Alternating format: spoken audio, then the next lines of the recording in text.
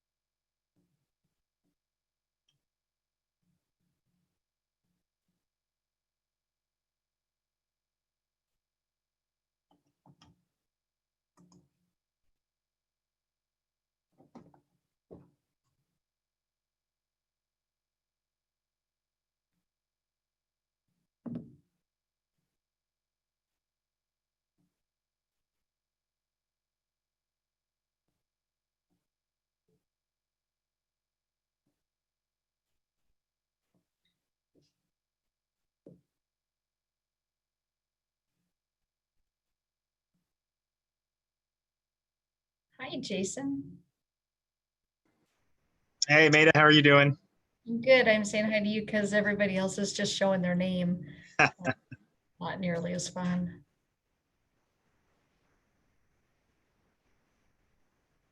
It's got about, what, 10 minutes here? Get things kicked off? I think so. Yeah. All right.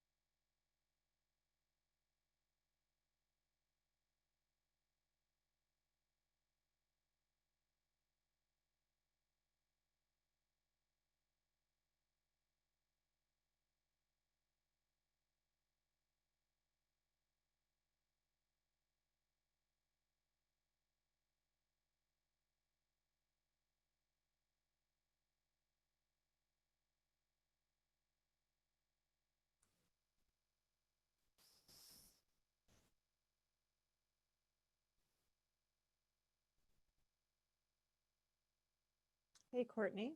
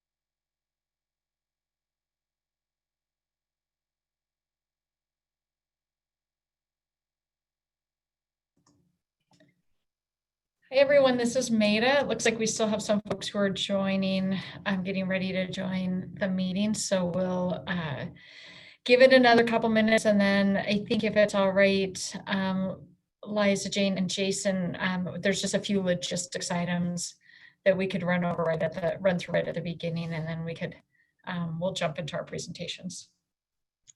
That sounds great, Maida. Okay.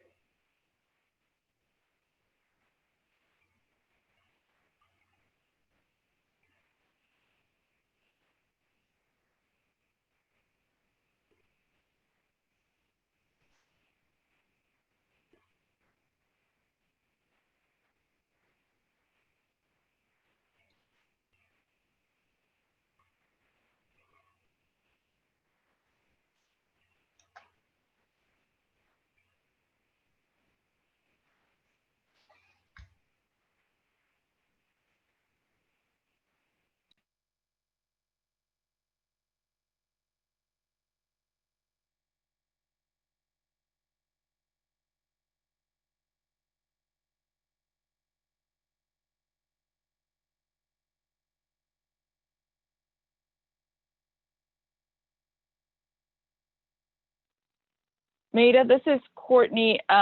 It seems like the password for the public comment didn't get sent in the original email. I am resending it now, so I would ask that we maybe give it 5 more minutes, okay?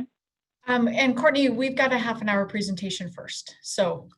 Right, I know, yes, but I'm Yep. just letting you know I'm going to be coordinating that right now via email. Yes, okay, no problem. We will let you do that, Courtney, and start from our end.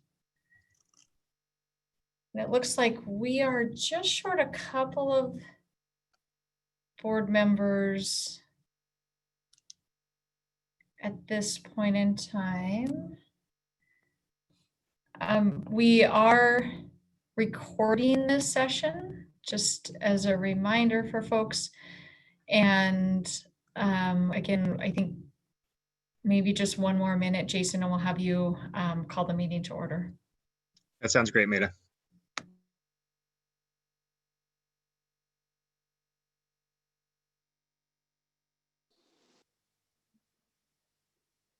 So this is Barbara, and it's saying I cannot start your video because the host has disabled it. Can anybody help me with that? We are fairly certain that Courtney will be able to help you with that, but she is helping our I can help multiple people at once. So here I go. All right.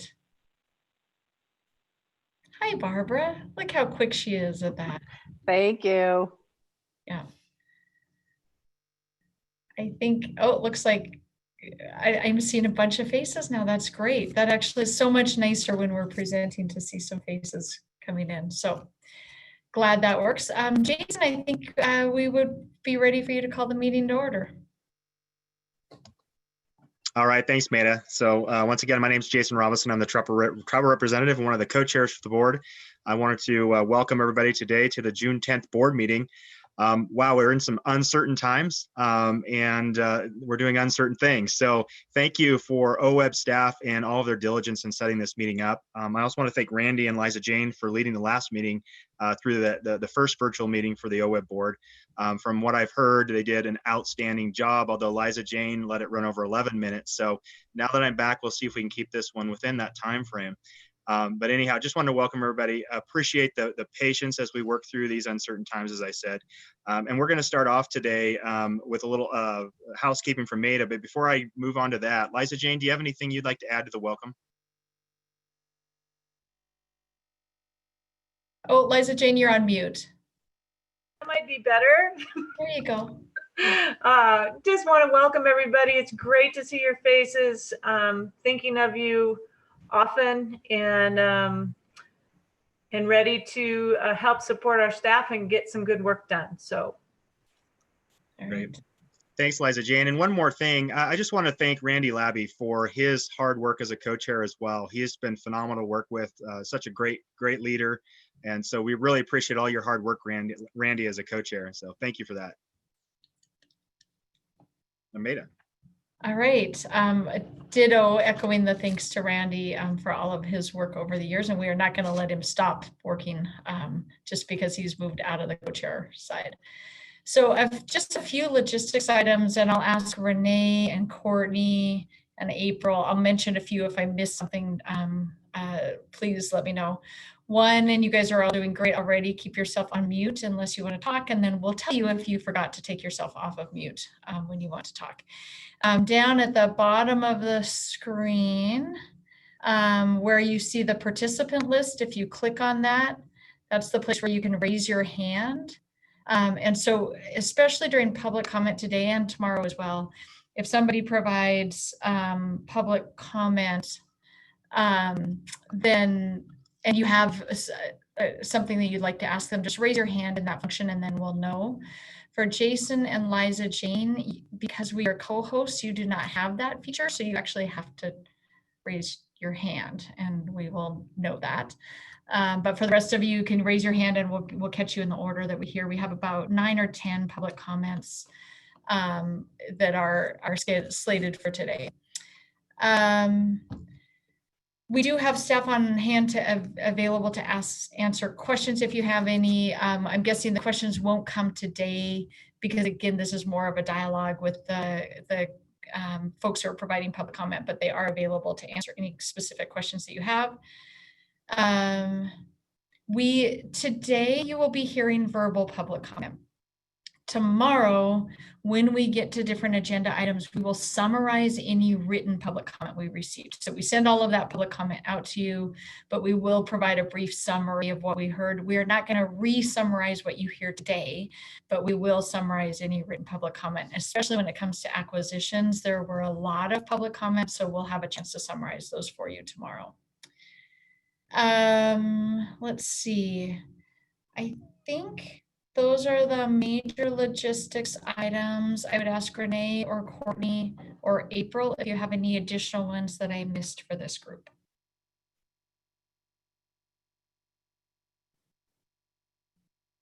Okay. I'm just going to send a message, Courtney. I just got a message from Kelly. Were you able to fix the issue? Yeah, so the issue is fixed. People are getting in, the attendees are getting in to provide public comment. And I will be letting you guys know who is speaking and who's up next. And then April will be ringing a bell at 3 minutes, 4 minutes, and 5 minutes to let you and the folks that are providing public comment know where they are in the time.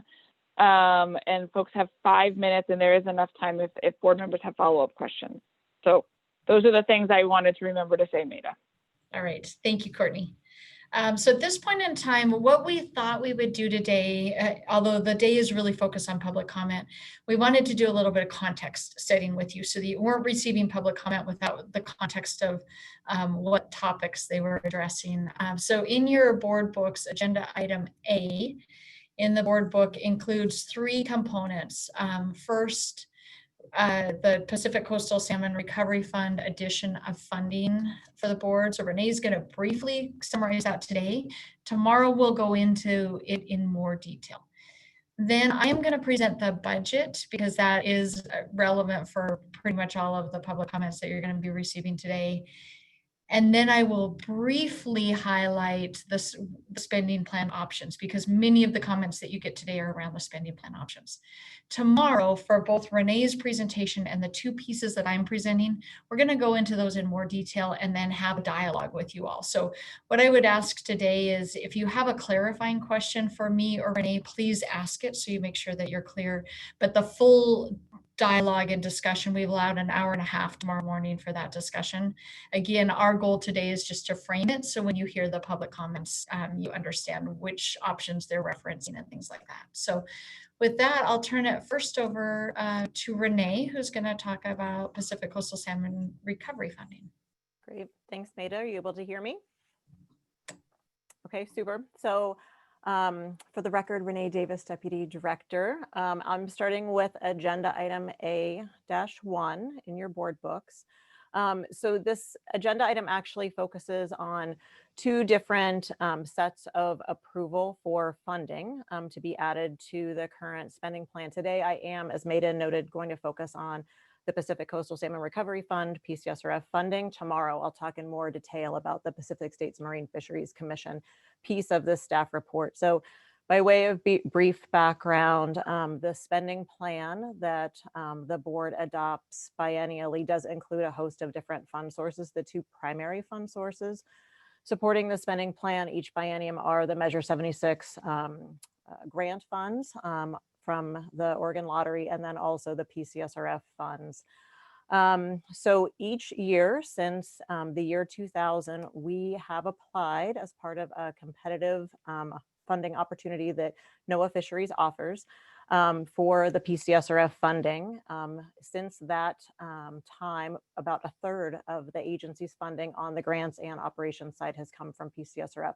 So a really critical funding source for the state and our partners around the state. So we've received over $250 million of PCSRF funding since the year 2000. And we've used that as a state to support a host of different activities ranging from on the ground restoration and acquisition, both on land acquisition and water acquisition side of the equation, design TA, also some monitoring work. Currently, the monitoring work that PCSRF funds is primarily conducted by the Oregon Department of Fish and Wildlife. We jointly apply for PCSRF funds each year. We do provide a 33% required match, and on top of that, we do provide a fairly significant amount of leveraged funds historically as a state, thanks in part to the lottery revenues that we're able to use as both match and leverage. So you'll note in the staff report that at the time of the writing of the staff report, we did not know what the federal fiscal year 20 funding decision was from NOAA. We did apply at the $25 million level this year. That's the maximum amount of PCSRF you can apply for. We've done that each year, and typically we fare pretty well. We learned about a week and a half ago that the federal grant program would like to offer the state of Oregon $15 million this year for federal fiscal year 2020. That's equivalent to what we received last federal fiscal year. And so with that knowledge now in hand, what we're proposing, and we'll ask the board to deliberate, ask questions on, and then ultimately take action on, is to combine a portion of this new federal fiscal year 2020 PCSRF with some of the retained funds from previous years PCSRF awards to ultimately add $9.5 million into this biennium spending plan. That is more than we typically ask the board to add in year 2 of the spending plan. It's typically around $5.5 million historically that we've had you add in. Clearly, and Maida will go into more detail shortly, we are in a very serious budgetary situation now, and would like the board to consider tomorrow adding some additional PCSRF so that we really can shore up the grant programs that are so important to our local partners around the state and to achieving those really critical salmon and steelhead recovery needs that NOAA has identified and that we as a state have been able to deliver on through time over the last few decades in coordination with NOAA via the PCSRF funds. So I'll stop there, Maida, see if there's anything that you'd like to add in terms of context for the board before we go into the broader budget. Just one piece. Thank you. For the record, Maida Lofsgarden, Executive Director. Renee mentioned this, but I do want to clarify, because we hear the number 15 million is coming, and then Renee talks about 9.5 million is going into the grant fund.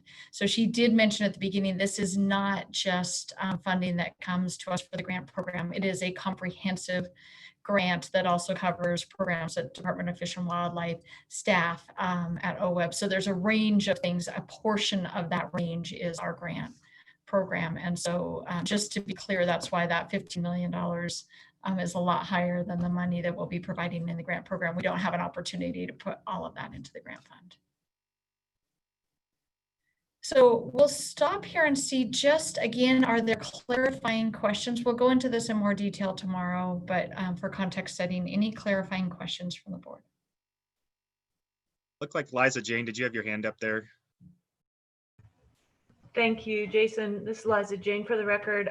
Could probably wait till tomorrow, but just wondering if there's any concern with ability to match for that, since some of that comes from other sources that may be been. Thanks, Liza Jane, for that question, and it's a great question. So we actually did, as we were revising our final application submission, revising down to the $15 million level, we did have a conversation internally. We are not concerned about the required match. What we did want to be mindful of this year is historically, we have on top of that match provided a significant amount of additional leveraged funds. We were more prudent this year and proposed a lower level of those leverage funds. At this point, in talking with Cindy Silbernagel, our fiscal officer, in detail, we are not concerned about meeting the 33% match requirement. Great. And then I saw Gary, you have your hand up. Yes, thank you, Jason. Thanks, Liz Jane, for that question. I had that one earlier too, but one other thing here that I'd like to clear up in my own mind, it talks on back here about Pacific Coast Salmon Recovery Funds can be used for projects in both open solicitation and FIP cycles. And then later on it explains, or it says that they can be used only for that. But I see in this first paragraph, or in number 3 on page 1 here, that state legislature used PCSRF funds to support watershed restoration related actions and for staffing in state agencies. Would you explain that a little bit to me, Renee? Can those funds be used for staffing? I mean, I guess I just came up with this when in my search to try to figure out how that we could get more staffing funds in place to help OWEB out here.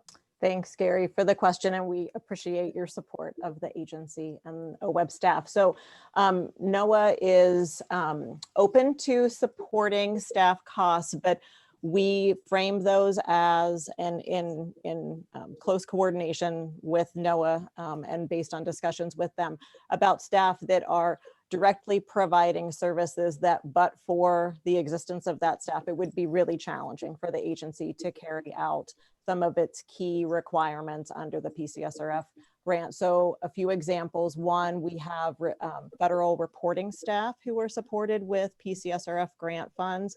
There are extensive reporting requirements about the restoration metrics associated with the PCSRF dollars. So NOAA has agreed that investing via direct costs for those staff makes good sense to making sure that we can deliver effectively and successfully on the grant. Another example are some of the FIP partnership coordinators are supported by direct fund PCSRF grants. In the absence of having those additional staff, we would be very hard pressed to carry out the FIP program as successfully as we have to date and providing those key services to local partners who are doing the heavy lifting on implementation. We do receive some indirect funds as part of the large federal grant. Those are capped at 3%. So NOAA also does recognize that we have other costs associated with managing and administering those federal funds, but they are very careful, and understandably so, about ensuring that the vast majority of those dollars really are protected for on-the-ground work and direct associated costs. I would mention that ODFW does partner with us on the grant submission. They have some staff that are also direct supported. Those are things like key monitoring positions for some of the status and trends work that they do, and also some of the conservation and recovery implementation work that is so critical to getting to or hope for ultimately recovery of those salmon and steelhead species. Okay, thanks, Renee. Yep. All right, so in interest of time, I might go ahead and move us along unless there are any other technical questions. I'm going to go ahead and share my screen for a PowerPoint presentation. We'll see if that works. All right, and are you, Renee, I'll ask you, are you seeing the PowerPoint or the edit menu? I'm seeing the PowerPoint, the Perfect. single slide. Okay, because both of them are coming up on my screen, of course, as they always do. And I'm going to just make one real quick shift here, and then I'll get started. Okay. So I'm going to talk about the budget, and this is the one that I'll go into in a little bit more detail this time. We'll come back to the slides tomorrow just to see if you all have any additional questions. So as a reminder, early in the biennium, our lottery grant revenues exceeded expectations. We also spent a higher amount at the beginning of the biennium in our grant side, and that's for things like our council and district capacity grants are largely funded at the beginning of the biennium. So at the point in time that the lottery machines shut down in March, we were about even between additional grant revenues that had come in and the higher level of expenses that we had had. Let me look over here. Yeah, so this slide with the June revenue forecast is what that looks like now. So the light blue line is the trend that we were on prior to March. The dark blue line is a really ugly line that shows what's happened with lottery revenues based on the May revenue forecast. I'll just note a couple of things. One, a huge sharp decline that we've passed, and there is a quick comeback, but that comeback does not hit the revenue levels that we would have seen based on the March forecast. And so we will be under those revenues, not just for this biennium, but also under the expectation is in next biennium as well. The assumption there is that probably will be down around 16% next biennium. So what does that mean just on the OWEB grant side? Originally, we had planned for $33 million to come over the remainder of the biennium in Measure 76 funds. In the best case, we are assuming that would be down by 18 million for a total of 15 million remaining for the rest of the biennium. In the worst case, we would be down 25 million with a remainder of 8 million to come in for future distributions. So that's a fairly big hit. The reason is that 2-year hit happens in 1 year. And so it is a pretty big drop in what we assume. What that also means is we had received a set of revenues in May, so that already got counted into the mix. So expecting a very big hit in August because of lottery shutdown, and then for that just not to recover at the same level that we had expected. Typically, so in May, what we got was about $7.7 million in that quarter distribution. Normally we get 8.3. So in May, we were pretty close. We were about 92%. Again, we expect those future distributions to be down a fair amount in August and then subsequently. So currently, when we put the pause on in April for our funding, we stopped everything. That was open solicitation, the grant cycle that was coming that you'll hear about tomorrow. That was our focus investments, everything. What that left you in your, I'll call it your checking account, was $13.3 million on hand with that funding pause. You received 7.7 million in May, and as Renee talked about, what we'll recommend to you is a $9.5 million infusion of PCSRF funds as well. What that leaves available to the board is $30.5 million to basically rebalance your spending plan. And again, those dollars that we're talking about, those dollars that are on hand are not what's counted and what's going to come. So you're still down 18 million beyond this, with an expectation in the best case to receive another 15 million, in the worst case to receive another 8 million. And distributions again will come in August, November, February, and May. So we have set your board meetings up to match with that. So I do want to switch over and talk about the operations budget. I've sent the board a couple of emails in regard to this. And the reason I raise this, the board does not oversee the staffing decisions that we make. We've been keeping the co-chairs very closely informed, but the way the agency is set up, you oversee the grant side. And then as executive director, I and the management team oversee the operations side. But it matters because we also have to have the staff on hand to be able to manage grants. So these two things are pretty linked together. With the operating budget, the cash on hand is just as important on the operating side as the grant side. We get a distribution quarterly. That is different than a lot of other agencies. So what we have in our account to be able to manage staff in a given month is what we have. So starting in August with those revenues being down as much as they are, OWEB and state parks in particular were placed in a very different scenario than a lot of general fund or other agencies who did not have such a high percentage of our agency built on lottery funds. We do have a beginning fund balance, so a little bit of money in our checking account that helps in August, which is huge. We would be in a much more dire situation if the legislature had not afforded us that beginning fund balance. In May, because of that beginning fund balance, our distribution for the staff was nearly normal, but we're drawing that amount down quickly. And so we will be using the rest of that beginning fund balance in August. So in the best case scenario, on the operating side, we would have just 2/3 of our budgeted revenues. in the worst case scenario down to 55%. We are leaning very hard on our hope that we are down a third and not down 55%. So the budget situation is very serious. Conversations are continuing, as I've noted in a few messages I've sent you. At this point in time, we've taken a number of immediate actions to reduce costs.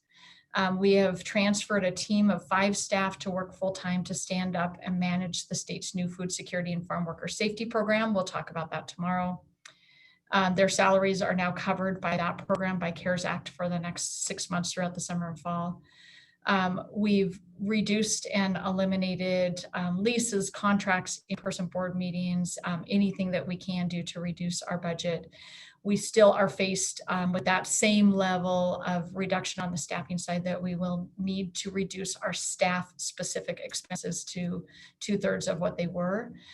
We are continuing to work with partners in other agencies and having conversations about what that full staffing reduction is going to look like. I had hoped to have an update for you today. We do not have that at this point in time, but as soon as we have an update about what that actually will look like in terms of, aside from those 5 who are reassigned, what that's going to look like, we'll let you know. But across the board, we do have to be down in some way, shape, or form by to 2/3 of what our budget normally is. So staffing impacts impact how we do business. It impacts our ability to hold future grant cycles. Those are not, they don't turn on and off by themselves. There's a lot of staff need there. And we also just have to look at our ability to regain capacity moving forward. So we're losing some critical expertise with the staffing shifts that are going on, and that ability to bring those folks back, bring that expertise back. Right now, there's just a lot of things that the staff needs to do with a lot fewer staff to be able to do that. And again, on just a quick note on federal agreements, we do have to make sure, as Renee noted, we have a lot of requirements around our federal agreements. We need to make sure we're holding to those, because that is how another share of our staff are funded. We will absolutely be prioritizing payment processing and making sure that we are focused on that because that is a core function for the agency. So I forgot to advance my slides. So those slides just cover the points that I just ran through. And at this point in time, what I'd like to do, if it's all right, is just jump quickly over to the spending plan, just the introduction to the spending plan, and then I can see if you have any clarifying questions, Jason and Liza Jane, if that's all right with the two of you. Okay, I'm going to stop sharing really quickly and jump to this one.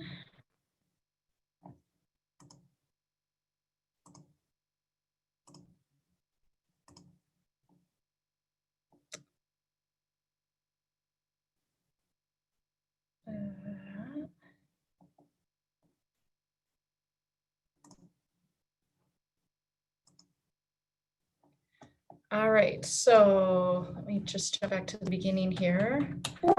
So again, this I will go through in a much higher level of detail tomorrow, but I wanted to give you the context for your presentations this afternoon. So as we put together the spending plan rebalance, there are a set of considerations we looked at, including the staffing. And I think that's really important because there are more things we could have done around the budget on the grant side, but we really needed to take a look at our staffing capacity as well. Those two things operate in tandem. We are going to recommend you use only available funds. So that's the 30.5 million I've been talking about. We'll go into that in more detail tomorrow. We are prioritizing those projects that keep staff and contractors working locally. We have targeted the reductions, so you're not going to see this across the board. Every program we treated differently, and tomorrow I'll explain how we got there. We are not proposing. A question from the last board meeting is, should we propose new grant types? At this point in time, we are saying no to that. We have 17 different grant types that we think cover the range of need for our local community. We hope this approach is adaptable as funding becomes available. As Renee mentioned, PCSRF will be used as a part of our granting process. looking at some potential support for mergers. I'll talk about that in more detail tomorrow. And we did check in with grantees on their ability to complete projects before bringing them to you. All of the options consider our staffing shortages. They fully fund the current grant cycle, and they have no additional cycles for annual grant awards. And this is something you'll see a lot in the public comment tomorrow for weeds, for monitoring, and for acquisitions. Those all have received or are receiving at this board meeting half of their funding, just the same as open solicitation. And with the challenge of starting up new grant cycles, we have chosen, and it was an incredibly tough decision to propose that for those annual grant cycles, they're just be the ones that have already or are currently being held. We do have space for additional grant cycles, and we'll talk about that tomorrow as funding becomes available, but we're asking to focus those on restoration, technical assistance, stakeholder engagement, those types of grants. And then we'll have some options for 2 other small grant areas we'll talk to you about tomorrow.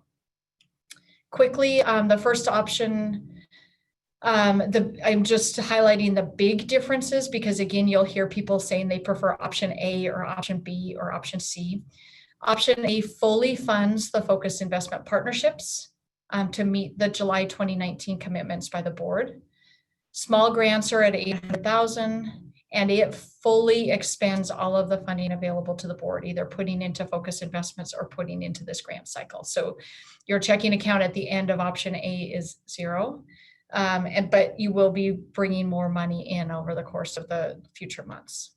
In option B, instead of full funding for the focused investment partnerships, we propose half funding for those who have not spent all of their funds down, with a commitment to fully fund them next biennium. Small grants are slightly higher at $1 million, and this leaves $6.7 million in the board's account. So it starts your checking account sooner to be able to hold an open solicitation cycle. Option C is a more nuanced approach for focused investments to basically look at what we expected them to be spending over the course of the fall and winter and providing that amount. So really focusing on where can we put money out the door on the ground quickly, grabbing those projects that made sense in focused investments, getting those funded, those areas that probably weren't going to be implemented until next year, we hold that funding till next biennium. So a little bit more nuanced approach. Small grants is at a little bit higher level, and it leaves about $4.7 million in the board's account just to restart another open solicitation cycle. And so I'm going to stop there. We'll go into the pros and cons and all of the rest of the details tomorrow. So I will stop at this point and stop sharing my screen and see if there were any hands raised. Again, technical questions at this point so that you can better understand any public comment that comes after this. So any technical questions for me?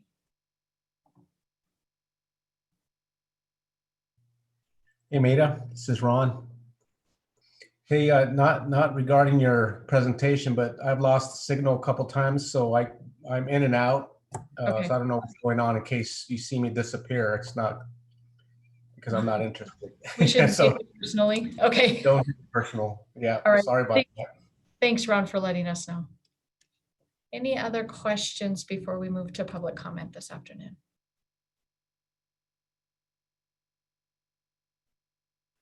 All right, so as Courtney mentioned, we're going to shift to public comment. The staff has been working hard to make sure that this is fairly seamless for you. Courtney will be announcing who is up for public comment and who's on deck. They are coming on by audio. We will remind them, for those who are listening right now, just remember if you are watching this on YouTube, please mute your YouTube before you come on to public comment or we'll get a heck of an echo. So Courtney's going to introduce. There are 5 minutes for each for public comment. April is going to help out our presenters by just providing them a few bells so that they know as they're getting to 3 minutes, 4 minutes, and then at 5 minutes. We do have time and opportunity. If any of you have questions, please do raise your hand and we'll make sure to tee it over to you after each comment. So I'll pause and turn it to Courtney. All right, good afternoon, everybody. So we do have 10 people signed up for public comment. There is one person that still has not joined, so we'll see if that person is able to get on. The first person up is Cheryl McGinnis, and then the second person up is Jan Lee. April will be doing a timer, as I said previously, at 3, 4, and 5. We will not immediately mute you at 5 minutes. We will let you wrap up your comments, public commenters. But just so you won't be distracted when you hear the chime, just keep going. We just want to make sure you're aware of how much time is left. I will be unmuting them as we come along and remuting them. So Cheryl, you are up first. Thank you. Thank you, co-chairs Jason and Liza Jane, members, and Maida, Executive Director, for this opportunity to comment. I am Cheryl McGinnis, Executive Director of the Clackamas River Basin Council and Chair of the Clackamas Partnership, an OEB FIP implementation grantee beginning in July 2019. My comments are directed to the budget rebalance staff recommendations based on values shared for the spending plan revision, including option C for FIP implementation grantees, and the impacts on OEB staffing. All of these are included in agenda item A. Staff reports provided me with an understanding of the dire budget situation from the agency's reduced lottery funds revenue and the recommendation for approving receipt of Pacific Coast Salmon Recovery Funds from the federal fiscal year 2020 award and previous PCSRF awards to update the spending plan, as was mentioned by Renee earlier in this meeting. The listed value statements derived in part from surveys with grantees helped interpret the spending recommendations that followed in item A report from the staff. As a FIP grantee, my preference would be with the ideal full funding under option A. However, in these atypical times, I support the staff recommendation for option C for current FIP implementation grantees.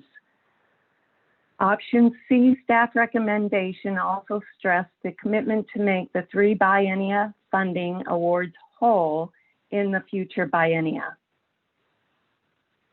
Restoration project implementation will provide significant ecological uplift while bringing economic benefit to local communities, as you know, which is something that OEB is recognized for doing, all the different benefits that are derived from the grant support that you all provide. Economic benefit to local communities is consistent with values that were stated in this staff report, including to prioritize grants that keep local staff and contractors employed. I also share alarm about OEB staff reductions. The agency provides critical assistance on grants already in place, including programmatic expertise and critical communication to grantees on policies, methods, examples of successful strategies from other grantees, and so much more. I hope funding OEB staff is reestablished to maintain their capacity. So I did want to be brief, so therefore in closing, I support the option C recommendation for FIP implementation grantees. I welcome your questions.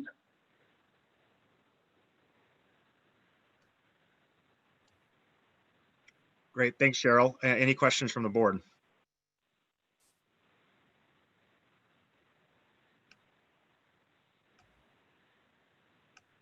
All right, doesn't look like we have any questions. So thank you very much, Cheryl, for your comments. Okay, thank you. Next up is Jan Lee, and then our third public commenter will be Melanie Dunn from the Coquille Watershed Association. So Jan, you are up. Thank you, Courtney. Good afternoon, board members and staff. I'm Jan Lee, Executive Director from the Oregon Association of Conservation Districts. I want to thank you, first of all, for all the work you'll be doing tomorrow, having to make some really hard choices with our current health and economic constraints. I just wanted to share with you today that OECD and its district members have been very appreciative of the various grant fundings that have allowed our members to do work on the ground, not only important for conservation, but to all of us. We're continuing to work daily on sage grouse protection and developing additional CCAA plans under our RCPP grant within RCS. But right now we're doing very intensive monitoring for the first year baseline. And in addition to the funding that we've been able to obtain from U.S. Fish and Wildlife Service, we've applied for $58,200 from OWEB to be able to complete all of the work. So we're encouraging support of option C that will allow us to continue our monitoring grant for sage grouse. We really appreciate the funding for that so we can complete the work in progress. All of the partners of the Oregon Conservation Partnership have already provided you a joint letter that's in your packet regarding the work that we're doing as a team during the pandemic. We really appreciate your continuing help, and I'm waiting to get all of your staff back in place so we can all continue to work very effectively together. Thanks so much. Great, thank you, Jan. Any questions from the board for Jan or comments?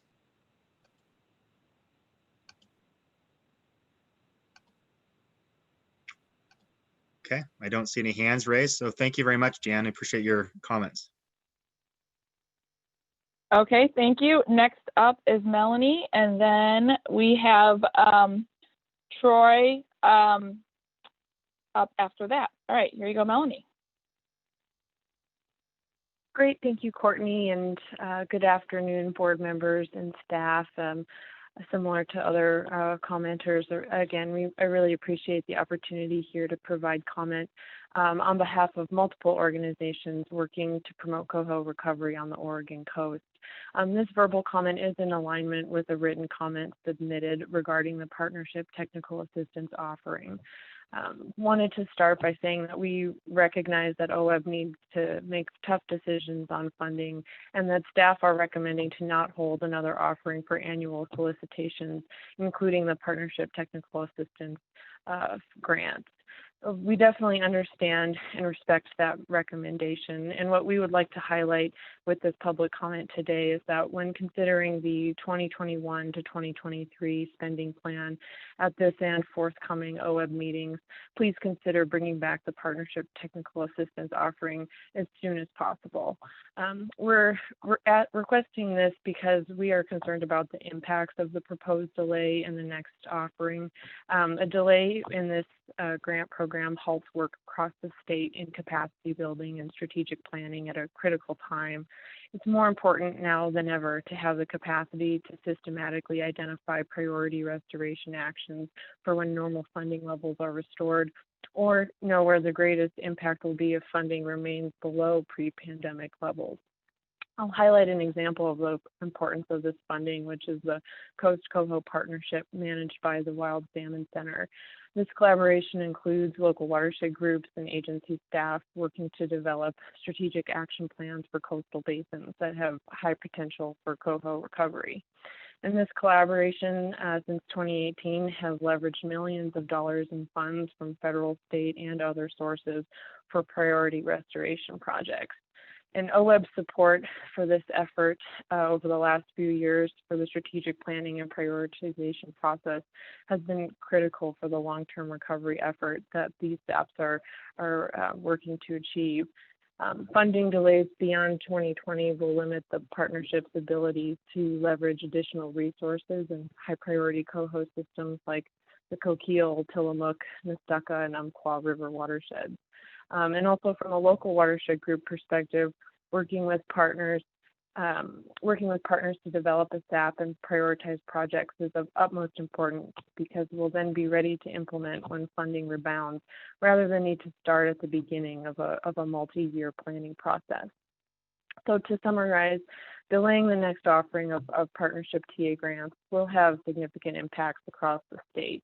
Reinstating these grants as soon as it's possible will ensure that restoration practitioners can leverage partners and resources effectively to plan and prepare high priority, scientifically determined, and well-vetted projects for when funding recovers, thus providing a high return on investment through this period of uncertainty. So in closing, please consider prioritizing this offering in the 2021 to 2023 spending plan.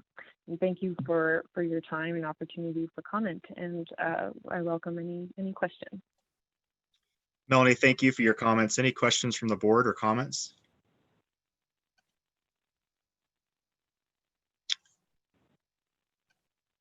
Okay, I don't see any hands raised. So thank you again, Melanie, for your comments today. Okay, up next is Troy and then Kelly Beamer.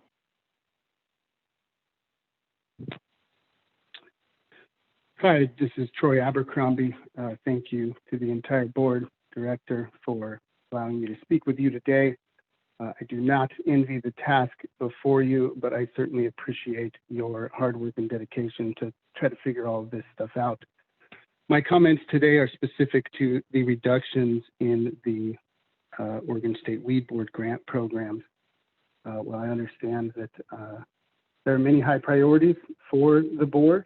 I just want to advocate and encourage that if there is any way at all to include monies into current budgets, next year's program, or in the program for biennium moving forward, that the board gives strong consideration to allocating those monies.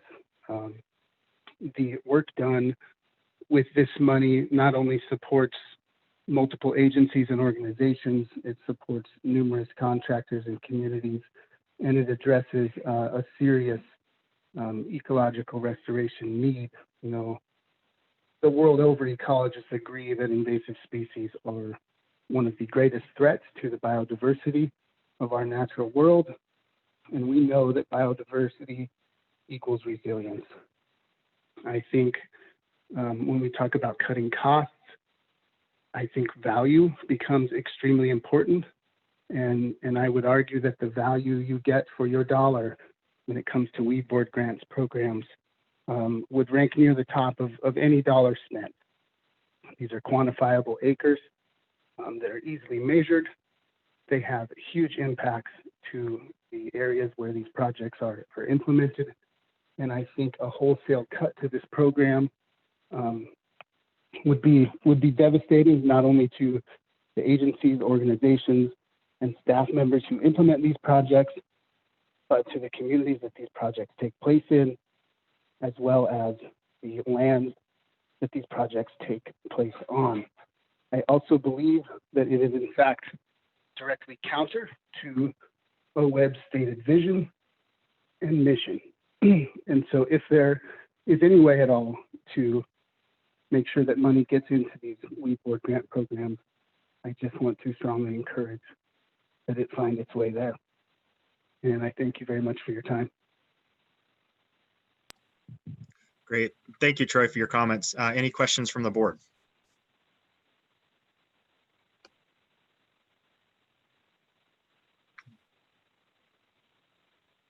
Okay, I'm not seeing any hands. One thing that I will mention, this is Jason Robinson for the record, Troy, is there are some tribal partnership opportunities for noxious weeds and invasive plants that might be available to you as well. And so that might be another avenue as you think about continuing some of the good work in noxious weed and invasive weed eradication is those tribal partnership opportunities. So with that, we'll go ahead and move on to the next commenter.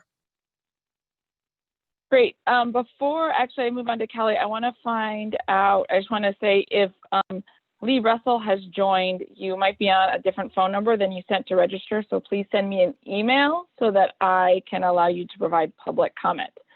Okay, now moving to Kelly and then Wendy. Thank you. Great. Thank you, Courtney. For the record, my name is Kelly Beamer, and I'm the Executive Director of the Coalition of Oregon Land Trusts, a statewide organization that represents 21 land trusts and 8 associate members. COLT is also part of the Oregon Conservation Partnership, And I just want to flag that the partnership submitted a letter to the board in your packet related to the many ways we're supporting land trusts, SWCDs, and watershed councils right now. And we also wanted to express our gratitude for your support of those services. My comments today, however, are on behalf of the Coalition of Oregon Land Trusts. And I want to begin by acknowledging Maida and her team for responding to a rapid sequence of events that really put OEB at the tip of the spear. You know, I've heard that analogy aptly to describe the situation in terms of impacts from COVID. OEB's actions recognize the unique partnership between the agency and the grantees in fulfilling the goals of Measure 76. And I just want to say on behalf of our community, we really appreciate the thoughtful pause, the subsequent listening, and really thoughtful decision-making conveyed in all three of the budget choices. My comments are focused on OEB's land acquisition program, and I have three requests I want to convey to the board today. Number one, I'd like to support the staff recommendation to fund the Rainforest Reserve project submitted by the North Coast Land Conservancy and the Trout Creek Preserve submitted by Deschutes Land Trust. I have to say that both of these projects are truly landmark opportunities to protect a collective of over 8,000 acres in Oregon that represent rare and incredible opportunities for intact habitat, migratory corridors, and also each of these projects play a huge role in addressing and responding to climate change. Number two, I'm asking that you support the request you will hear later from Joe Mall, Executive Director of McKenzie River Trust, to reconsider the staff do not fund decision on the Wren Marsh application. As you will hear from Joe and read in your packet, his letter should be in there, this project builds on a 15-year effort to restore the Sayusla. And I want to note that it was recently lifted up by the Doris Duke Foundation and also the Land Trust Alliance and Oregon Community Foundation as a top climate resilient project through the Resilient Lands Initiative. And lastly, number three, the proposed spending plan includes the recommendation that all cycles that operate once per year, weed grants, land and water acquisition, and monitoring. Staff proposes that fully funding the current cycles in the first year and no additional grant cycles beyond this current cycle in all options. I would like to ask that the spending plan vote could move forward without absolutely closing the door to an additional acquisition grant cycle next year. I'm so aware about the brutal reality of OEB's budget cuts and the implications on staffing. However, I think it's important not to limit any future opportunities should they become available. I want to just speak briefly about the unique time-sensitive nature of land acquisitions. We know from the past that pushing pause on acquisition program has a ripple effect. The program was taken offline several biennia ago, so some pretty important revisions could be made, but it really removed the opportunity for land trusts to openly discuss with landowners about options for protection. OEB, as you all know, is our only statewide source of land protection funding in Oregon, and it took 3 biennia for the demand for that program to come on board again, so it would utilize all of the funding available. So I just want to stress that acquisition opportunities are time limited. When a landowner is ready to sell or sell their development rights, it usually is within a very time sensitive window. And if that acquisition window is missed for timing reasons, the opportunity could go away forever and high resource lands could be converted to other uses. And my last point, our members are experts at creatively piecing together funding. I mean, I think this is true of all grantees, frankly, but particularly acquisitions require sort of a Tetris game of trying to put together funding sources. OEB could have a chance to be the funder that gets a project to the finish line, even if it's a smaller grant than normal. So I would hope you would consider waiting to see if you're going to have money rather than just make the decision to suspend it now. So again, thank you for the deep thinking, the care, and the support you're offering to Oregon's conservation community at this time. Great, thank you very much, Kelly. I always appreciate those updates from the coalition. Any questions from the board for Kelly?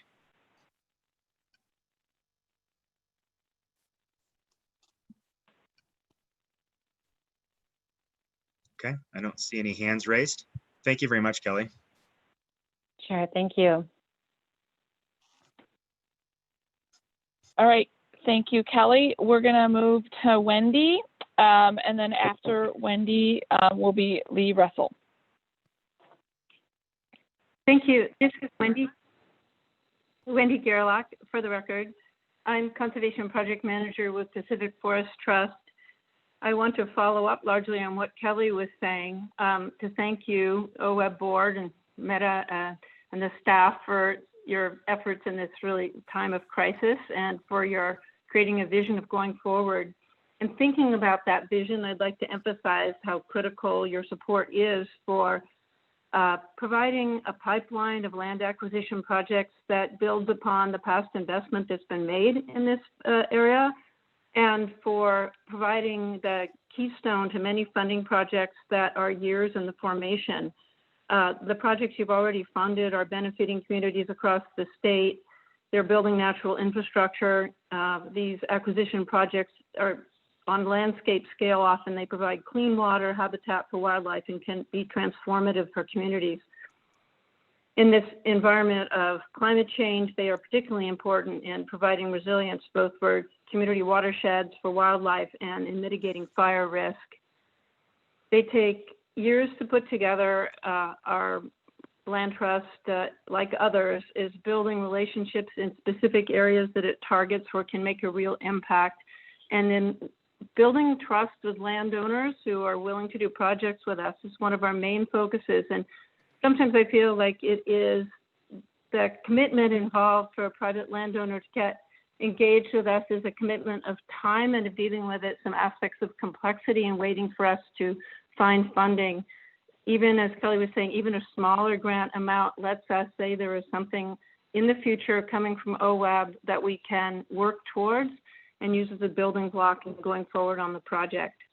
So just to emphasize, it's the stability of funding, the ongoing funding, even if in smaller amounts, and the importance of pipelines that are bringing projects out of long-term community relationships and investments. I want to mention a particular project that we are working on. It's in Jackson County. It's in a rural area that builds upon connectivity with the Cascade-Siskiyou National Monument, with BLM, with U.S. Forest Service lands. It's a North Watershed, very climate resilient.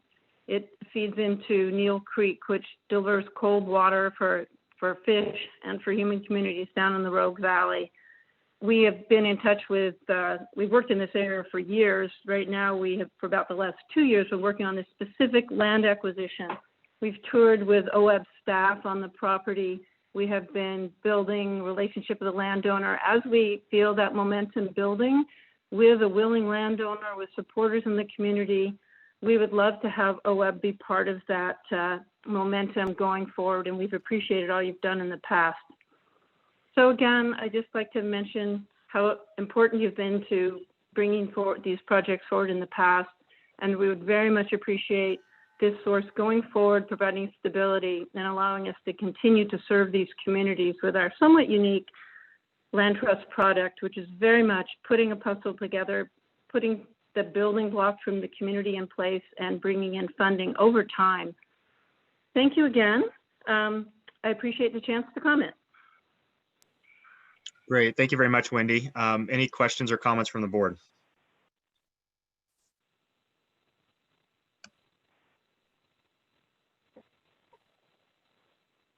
Okay, seeing none, we'll go to our next commenter. Thanks again, Wendy. Great. So next up is Lee Russell and then Claire Clark. Okay, I hope I got this set up so you're not getting a lot of feedback. But I'm Lee Russell. I'm the Executive Director of the Elk Creek Watershed Council, and my comments were related to the weed board offerings, which I thought Troy covered, very well in terms of the importance of those. Right now, our program is working on 2A listed weeds, and it's a long-term project that we're making substantial progress on. But this program is going to be set back quite a bit if we don't have, funding for the 2021 cycle. I've kind of looking at some of this is that some of these decisions are having to be made because of, the staffing that's available. And I think Troy covered a lot of the, the pros of why these long-term weed projects are important. I'd like to suggest maybe that if the staffing problem is holding up the ability to hold future grant cycles, that perhaps some of these critical weed board projects could just be extended, for another year at the same rates that, they're funded now. Our grant isn't for an awful lot, and that might be an opportunity to find a solution for some of these ones that are critical to keep them ongoing year after year. Thank you. Great, thanks, Lee. Any questions or comments from the board?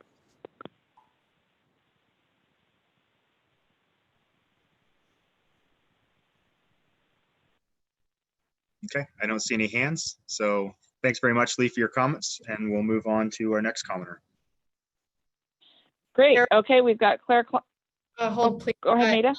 Alan Henning had a question. I just saw it pop up. Yep, there we go. Go ahead, Alan. Yeah, the question, this is Alan Henning, representing EPA on the board. This is to Lee. Russo, what do you mean by extending your grant?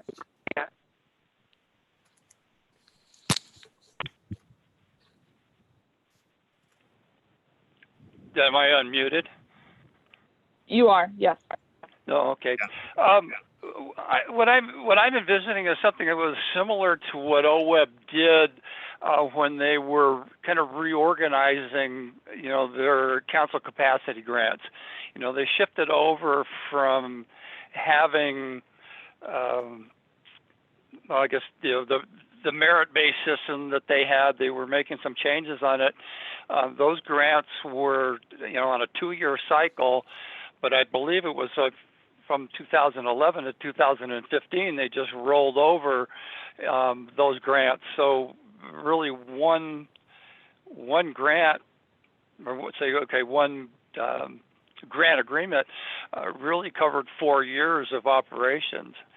And I'm not exactly sure what that would take, from an operations standpoint to pull that off. But since they were able to do it with the capacity grants back then, I would think that the board would be able to figure out a way to make that happen. Yeah, I'm not clear if I understand, but I am clear on what you're suggesting. So thanks, Lee. Great, thanks, Alan. Thanks, Lee. Any other questions from the board? Okay, we'll move to Claire Clark then. Yeah, thank you. Thank you, board and staff and other participants. I'm Claire Clark, Corbett, Oregon, representing myself. I think Jan Lee adequately represented the rest of the conservation district, so this is on my own. I urge the board to take a hard fiscal conservative type of stand in respect to upcoming funding and solicitations for projects. I'm particularly addressing the agenda items A, E, L, and K. I do understand the one-time chance on some of the land acquisition, as Kelly Beamer was saying, so that may be a consideration too. But I've seen a number of organizations that are spending their reserves or, quote, rainy day funds at this time. And we need to do this with really utmost care because, hey, it's still raining and we don't know when the rain's going to stop in respect to the virus, to COVID situation. And so that's the one thing that I would say to the board. It's a really tough decisions, but stay really conservative. Even though I don't really like it, I would stay as fiscally conservative as you absolutely possibly can. Thank you for listening, and I'll be listening tomorrow too. Thank you. Great. Thank you, Claire. Any comments for Claire?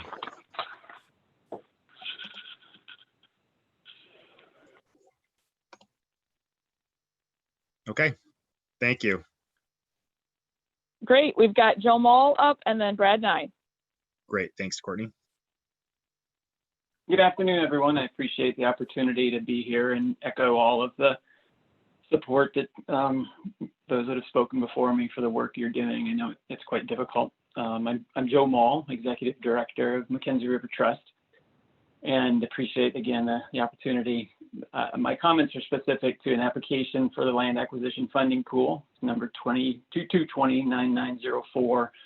I also encourage you to dive deeper into some land and conservation easement programs in your upcoming strategic planning efforts.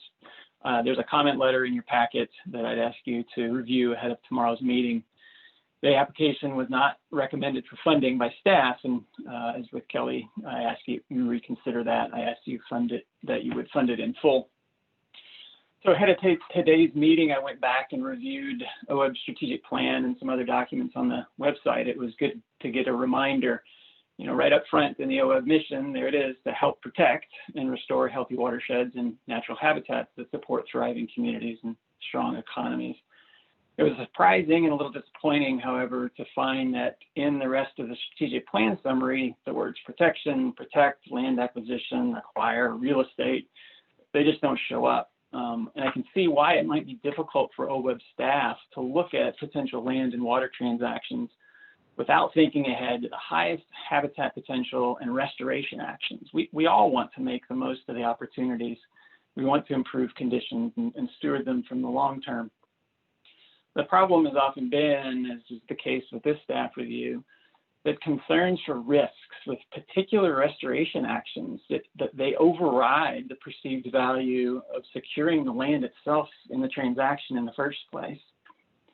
So back in those OWEB documents, I find some really encouraging things. Your statement of values includes the expression to be bold, to pursue the greatest potential, not the easiest path, to focus on opportunities to strive and overcome barriers.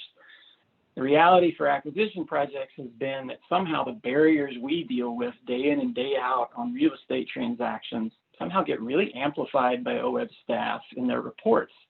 And that amplification, that sense of what's considered an acceptable risk can really vary from project to project, and quite frankly, I think from organization to organization.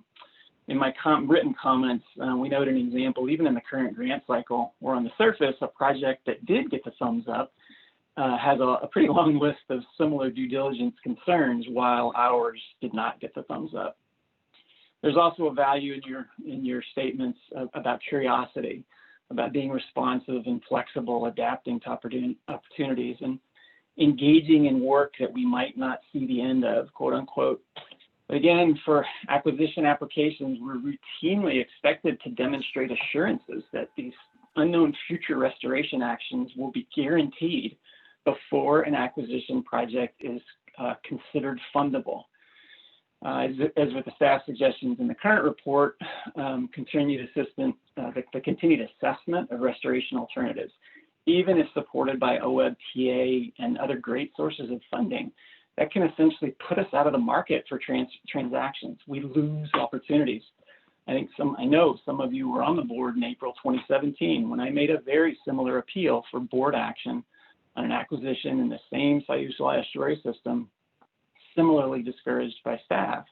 At that time, board members voted to fund the project, but without the supermajority that apparently is required to fund in the face of a staff report suggesting otherwise. After that vote, board members asked me if I thought the landowner would be willing to wait while we conducted more restoration potential assessments. Sorry to say that in that case, the landowner decided instead to begin land use partitioning work and to create a new legal lot and a building envelope, thereby making the property more developable and more valuable from a market perspective. I can't blame him. We couldn't deliver on the time frame he needed. But if we're all serious about securing conservation land, especially in estuaries where sea levels are rising and river dynamic fluctuations are ever more wild, we really need to take advantage of opportunities to prevent further development in the flood zone. Sometimes that's best done by simply acquiring it from a willing landowner. In the case of Wren Marsh, we saw an opportunity to add protected land in a high priority estuary project. It reduces associated restoration costs at nearby Weight Ranch by about $40,000 to $50,000 because it eliminates some power lines. We simply didn't want to miss that opportunity, so we took a loan from a private donor and acquired it. We will figure out the boundary issues. We'll figure out the access issues. We're making progress on both of those already. But to an earlier point, we've strengthened the relationship with a willing seller in the community, and we have added more land to a priority conservation area. It's an area that OWEB has invested heavily in for 15 years at least. So one final observation in the current documents, the OWEB documents on the web, there's one in the FIP section. It's a really interesting thing. I'd encourage you to pull it up for your discussion tomorrow. It's a theory of change document for estuaries. It's really cool. I wish you could look at it now as I am, but I'll just briefly describe it. At the bottom, you've got these different actions: estuary habitat protection, restoration of estuarine habitat loss, land conversion, dike breaching and removal, tide gate removal and modification, restoration in freshwaters and uplands. And then you have these dotted lines from intermediate steps that all go up towards estuary habitat diversity and productivity being improved, and the abundance and diversity of estuary-dependent species increasing. The only one of those 5 actions that has a straight line from the first action all the way to that ultimate goal of improving conditions is the one that is estuary habitat protection. Acquisitions, easements, and other transactions, those are called out.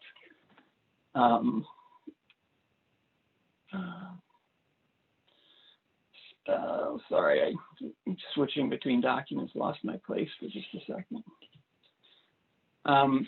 So again, I hope that not only will you support this grant request fully, I hope you'll take up this discussion within your strategic planning discussions going forward. Back to the OWEB mission statement. Land protection is one important piece of supporting thriving communities and strong economies. And I really do thank you for all you do to support that.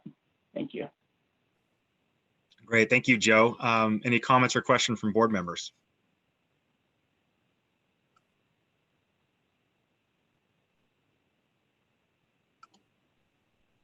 Okay, I see none. Great. Thanks again, Joe, for those comments. Okay, Courtney, I forgot to write down who is next. Is it Brad? Yes, Brad is next, and he is our last public comment. So there you go. Great. Thanks, Courtney. Thanks, Courtney. Can you guys hear me okay? Yep, you're coming through loud and clear, Brad. Perfect. Thanks. Brad Nye, Conservation Director for the Deschutes Land Trust. Thank you, co-chairs, board, and staff for providing the opportunity to comment on our Pride Ranch project. That's OWEB application number 220-9909-17350. Like the speakers before me, I recognize OWEB board and staff have many pressing and serious concerns before them, particularly with respect to OWEB's outstanding staff. That's a real challenge, and hoping we can all work together to overcome that. So I thank you under the circumstances for agreeing to consider our funding request at this time. The Land Trust does view Pride Ranch as the most important project we've taken on, and we've made commensurate investments in moving it forward. So we do appreciate your consideration. The ecological merits of this project are clear. Pride Ranch includes 10 miles of critical habitat for threatened mid-Columbia steelhead, with up to 350 steelhead spawning on the property in a good return year. Trout Creek is the Deschutes Basin's single most productive steelhead stream, with biologists estimating that Trout Creek produces as much as 25 to 30% of the total Deschutes River run. The property also includes multiple golden eagle nest sites, deer and elk winter range, more than 100 beaver dams, and a diversity of cliff, grassland, and riparian habitats that will help a wide variety of OWEB priority and other species adapt to anticipated changes in their climate, as Kelly referenced earlier. Both the Wasco and Jefferson County comprehensive plans expressly recognize this property, or a large portion of it, as a significant natural area. As the staff report points out, this is a complex project from a due diligence standpoint, but we've addressed much of that complexity since submitting our application in October 2019. The most concerning issue was a privately held mineral interest, but we have an agreement in place to purchase that interest at closing. The remaining title exceptions are known quantities and pose no threat to the ecological integrity of the property. While we do hope to reduce the purchase parcel by about 500 acres once we purchase the property, project success is not dependent on that land use. It will just make for a more efficient management and allow those acres to remain in private agricultural use. I'd like to address some of the feedback we've received on the project from neighbors and other interested parties. Typically, I'm well out in front of our projects with neighbor and community outreach, but in this instance, I didn't understand that OWEB's grant processing timelines require it to send acquisition applications out to the public shortly after they're submitted. Due to my oversight, our OWEB application became most folks' introduction to the project. While the application accurately reflects our general objectives, it is not the best vehicle for discussing complex management issues like public hunting and fishing opportunities, trespass, fuels management, livestock grazing, and land use authorizations. In particular, we cannot apply for or receive assurance of land use authorizations before we purchase the property. So our application only sets out what we hope to do, not what we assume we can do. Trespass, fuels management, hunting, and other issues are better addressed through management planning, and we will involve neighbors and relevant agencies and authorities in that planning. While we did get off to a rough start with outreach, we've made substantial efforts to hear and address concerns expressed about the project, many of which will help us create a better project. Among other things, we've presented the project to the Jefferson County Commission and provided follow-up on specific questions they raised. We've presented to the Wasco County Commission and had follow-up discussions with the Director of Planning, Wasco County, and the Wasco County Public Works Director. We've contacted all adjacent owners. We've met with adjacent owners on Prairie Ranch or at their homes and have had continuing dialogue with all of them on various issues, including fuels and fire management, grazing, funding applications, property configuration, and other issues. We've sent follow-up letters to neighbors on specific issues, particularly assuring them that they would have access to the property if their livestock wander onto the property. And most importantly, probably in terms of what I've heard, access to the property in the event of fire. We've reduced the footprint of the project to better fit the resources, the priority resources that we're seeking to protect in the neighborhood. We've discussed fire protection with the local fire protection district, and we'll join the district once we purchase the property. And we've begun preparing an interim fire management plan to distribute to neighbors in the fire protection district. This plan will include gate combinations, contact numbers for land trust staff, and maps showing access points, gates, roads, and water access. Two final comments. Just wanted to say livestock grazing has come up as an issue. We proposed in our application that we would not graze the property. And that consideration is based on project-specific factors, not a judgment on the merits of grazing generally. The Deschutes Land Trust is a strong proponent of conserving agricultural land, completing model working lands projects like Coffer Ranch in Crook County, and acting as a lead advocate for the Oregon Agricultural Heritage Plan. In the past 2 months, we've purchased 2 working lands conservation easements totaling more than 3,900 acres in Crook County. These easements include sustainable livestock grazing and wildlife habitat protection as equivalent priorities. Second, I want to assure the board that the Deschutes Land Trust has the capacity to manage Prairie Ranch. While we don't own a property as large as Prairie Ranch, we do manage several properties of more than 1,000 acres and conservation easements as large as 3,000 to 4,000 acres. Acreage is one factor, but I think it's more important that we have the expertise and the capacity to address the types of challenges and opportunities we'll encounter at Prairie Ranch. Thanks for your time, and I'd be happy to answer any questions the board has. Thank you. Great, thanks, Brad. Any questions from the board? Gary.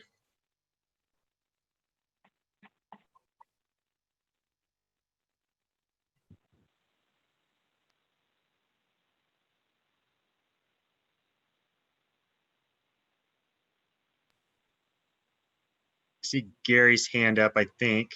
There we go. Gary, can you unmute? Oh, sorry about that. I asked my whole question and sorry.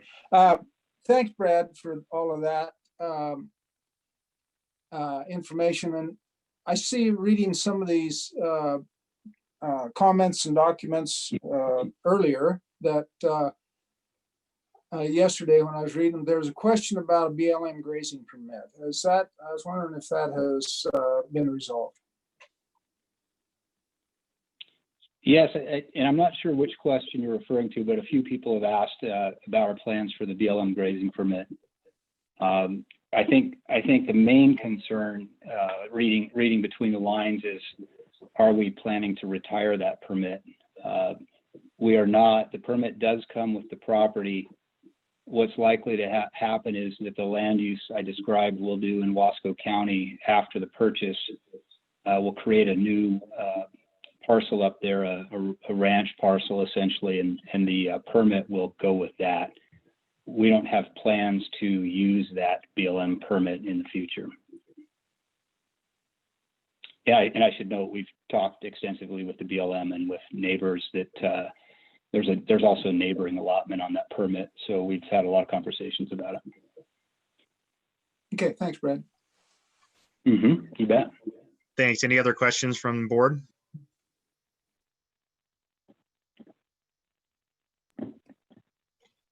Meg. Thank you, Jason. It's not really a question, but more something that maybe we can talk about tomorrow during the acquisitions agenda item. I noticed myself, I was interested in the different treatment of the project soundness component among the various applications here. And I would like to maybe have some conversation about that tomorrow in that agenda item. I don't know how much project soundness was the thing that was the tipping subject in any of the decision making about which ones got funded, but I did notice a lot of project soundness issues in all of the applications, and so I'd like to hear more about how that gets weighted and how decisions are made about which project soundness concerns are too much and which ones are acceptable, basically. So it's really just a heads up about something we can talk about tomorrow, maybe. Meg, we'd be glad to do that tomorrow. Okay, thank you. That. All right, thanks. Great. Thanks, Meg. Mhm. Any other questions? Okay. Brenda. Yeah, since Meg is raising a question for tomorrow, I'll do the same. I have a question about Kelly's comment that I'd like to discuss tomorrow too. Maybe I don't understand it correctly, but when we vote on the path forward for the budgets, is it correct that we are setting aside all possible acquisitions for a year, even if additional funding might come through? Yeah, we can absolutely talk about that tomorrow. I think it applies to the weed grants, the monitoring grants, which you've seen written comments and verbal comments on the weed grants about as well, and the partnership TA. So we can definitely talk about that tomorrow and the decisions you kind of are or are not making at that time. So glad to discuss that in more detail. Great, thank you, Manny. Great. Okay, Debbie. Thanks. For the record, Debbie Holland, U.S. Forest Service representative to the board.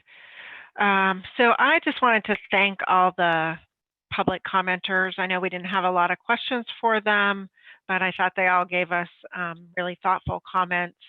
And as one of the kind of senior board members at this point, I would just note that these are really probably the most challenging times that the board has ever faced in terms of a fiscal situation, and the decisions that we'll make tomorrow are unprecedented, and we are walking into this with really great staff work. As always, the staff have done an exemplary job framing up for us some choices, so I appreciate that as always. would note that one of the things that Maida said, and I just want to emphasize it to make sure that we all understand it, and that is that the staff that are reassigned to the CARES Act work and the funding that goes along with that are no longer available for OWEB work. So I just want to be really clear about that. And one of the commenters noted, that staffing capacity was certainly an underlying factor in all the options. So thinking about what OWEB's capacity will be into the future, it obviously will be significantly less than it has been in the recent past. And so I am interested in the staff's perspective on that idea of, is there a way to extend some of those grants to roll them into the future, and what would that look like, and how quickly would we need to make that decision to be able to capitalize on that as an option? So I thought that was an interesting option, but recognize that it's not as simple as it sounds, having gone through it previously. So if you would talk about that tomorrow, Maida, too, that would be great. And with that, again, a huge thank you to all the public commenters, really thoughtful comments and perspective. Appreciate it. Thank you. Great. Thank you for that, Debbie. Any other questions or comments? Okay. Seeing none, Maida, do you want to talk real quick with the logistics for tomorrow's meeting, and then we'll wrap up for today? Yes, I'd be glad to do that. And thank you all for taking time. We had no idea what number of public comments we would receive, which is why we built this day before in and built it in until 5 or 5:30. So we are letting, this is, I don't know, I guess, Liza Jane, Jason ran the meeting and we're ending like an hour and a half early. So I'm not sure where to go with that, but I'll just leave that out there. So tomorrow, as soon as this meeting is over, you're going to be getting that Zoom invite for tomorrow. We didn't want you guys accidentally, inadvertently clicking on tomorrow's meeting today. So Courtney will be sending that invitation out to you all for tomorrow. And so that should be coming to you. We will, again, we'll start in the morning. We're going to have about 90 minutes where I'll go at a high level. Renee's going to go back through the PCSRF and Pacific States Marine Fisheries Service funding. And then we're going to jump into that budget conversation right off the bat. And the spending plan conversation, because that sets up the rest of the decisions that you all will be making for the remainder of the meeting. I do want to echo and really appreciate what Debbie raised. This has been, I've mentioned this in the emails that I've sent out to you, an incredibly challenging time for staff from one perspective to try and come up with a set of options that made sense and were doable.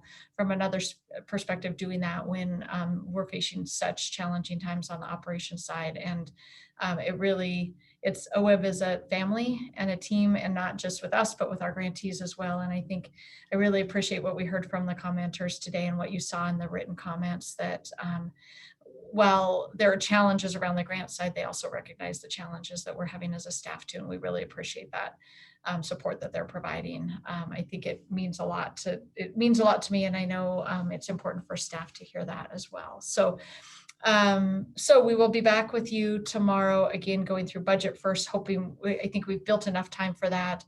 And then we'll jump into the other set of questions that you guys all raised today as we get to those agenda items.